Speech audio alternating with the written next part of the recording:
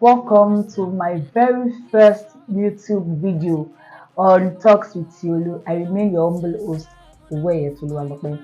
And on today's episode, I'd like us to talk about 7 myths of mental illnesses.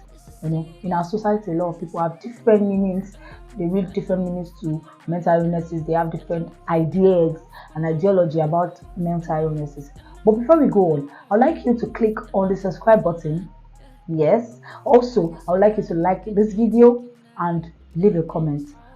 So, when I talk about myths of mental illness, I listed out 7 major myths that people have, and it's most common in our society. The first is most people feel that when you are mentally ill or you have mental condition, it shows that you are weak, which is not true because anybody can be mentally ill. There's another popular myth that once you have bad parents or you are in a broken home, you will definitely be mentally ill, which is not true. A lot of people have gone through broken homes and they are mentally fine, or their mental health is perfect. Definitely not too perfect, but they are perfect. Do you understand? And I've seen people from loving homes that have mental illnesses.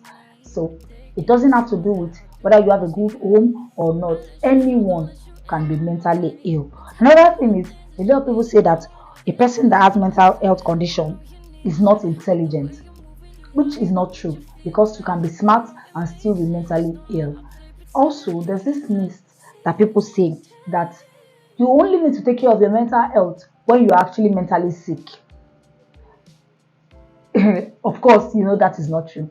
You have to always take care of your mental health, whether you are sick or not. It's just like when we talk about our physical illnesses, when we talk about malaria, for example, when we talk about headache, for example, you know that when you do not rest enough, you would have headache. You don't need to wait until you have headache to use pills or to rest.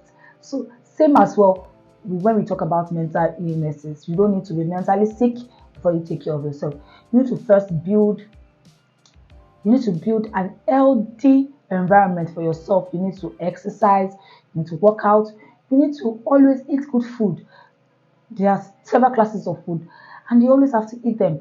Have a balanced diet, eat healthy, not all the time taking sweet things or all the time taking things junk and all of that. You need to eat healthy so that you build your mental health. There's also this myth that people, when they talk about people that have mood swing, you hear she's always having mood swing, they're always having mood swing. Yes, people have mood swing, but most times this is associated to mental illnesses. Most people do not even know that this mood swing they have constantly might be associated to mental illnesses. That is why we need to always seek for help when you are constantly feeling these mood swings and you cannot really explain why. You need to seek for help. There's another myth that nothing can be done to protect yourself from having mental illnesses. That is a bad lie. You can always protect yourself from having mental illnesses. Some people will ask, how can I protect myself from having mental illnesses? The first thing you need to do is you need to build a community around you. Build people around you that have positive vibes, people that makes you happy, people that would give you advice, inspiration that will build you up, people that will not always pull you down. You always have to have them around you. Also, some people feel that when you have lots of friends, you will not be mentally ill. That is a lie. You can have lots of people around you and you can still be mentally ill. You wonder, how does this happen?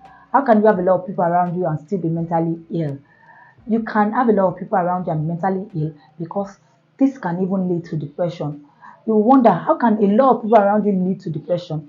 Well, there is peer pressure, the pressure to be successful, the pressure to exceed the next person, the pressure to dress better than the next person, the pressure to be above the next person can actually make you depressed. In our society today, we see that everyone wants to be better than the next person, and this allows them to be depressed. I hope you find this helpful. If you do, please leave a comment on the comment section. Also like it, and you can as well share to your friends and family. And if you want to talk to me, you want to ask questions, private questions you want to ask me, You can contact me on Twitter and on Instagram at Talks with Yolu. Thank you.